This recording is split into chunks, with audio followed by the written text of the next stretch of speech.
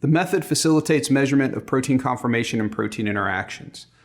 The buffer composition, sample purity, and protein concentration requirements are flexible, allowing the method to address challenging structural problems.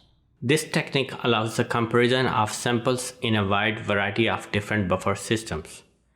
Using our dosimetry method, researchers can monitor how well their labeling reactions are working in real time.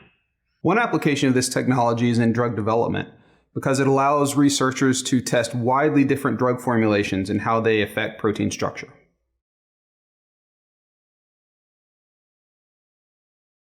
To prepare the FPOP optical bench, first turn on the laser and set the laser to external trigger, constant energy, and no gas replacement. When the laser has warmed, set the laser energy per pulse to between 80 to 120 millijoules per pulse, and use a butane torch to gently burn the polyamide coating of the capillary at the spot at which the inline dosimeter will read the absorbance signal at 265 nanometers after laser exposure.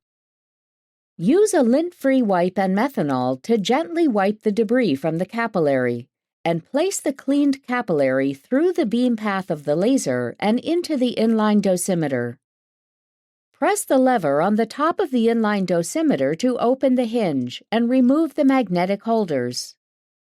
Place the capillary in the machined groove of the inline dosimeter, using the magnetic holders to keep the capillary in place, and close the dosimeter hinge over the capillary, pressing the hinge until the lever locks in place.